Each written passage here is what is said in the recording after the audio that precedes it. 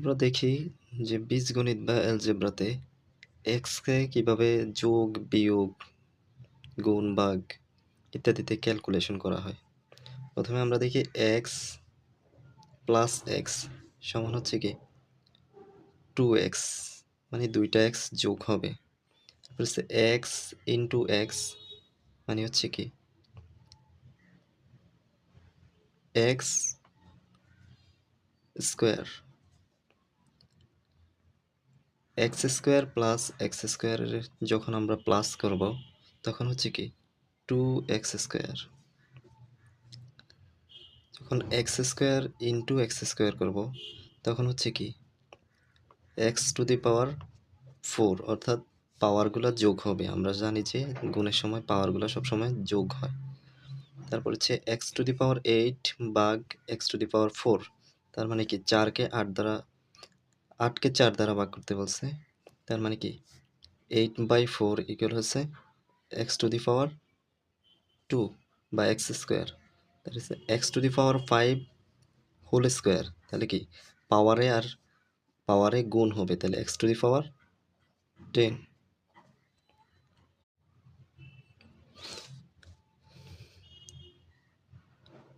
আমরা দেখি যে বীজগণিত বা অ্যালজেব্রাতে এক্সকে কিভাবে যোগ, বিয়োগ, গুণ, ভাগ ইত্যাদিতে ক্যালকুলেশন করা হয়। প্রথমে আমরা দেখি এক্স প্লাস এক্স সমান হচ্ছে কি 2x, মানে দুইটা এক্স যোগ হবে। তারপর হচ্ছে এক্স ইন্টু এক্স মানে হচ্ছে কি x square. X square plus x স্কোয়ারের যখন আমরা প্লাস করব তখন হচ্ছে কি 2x স্কোয়ার।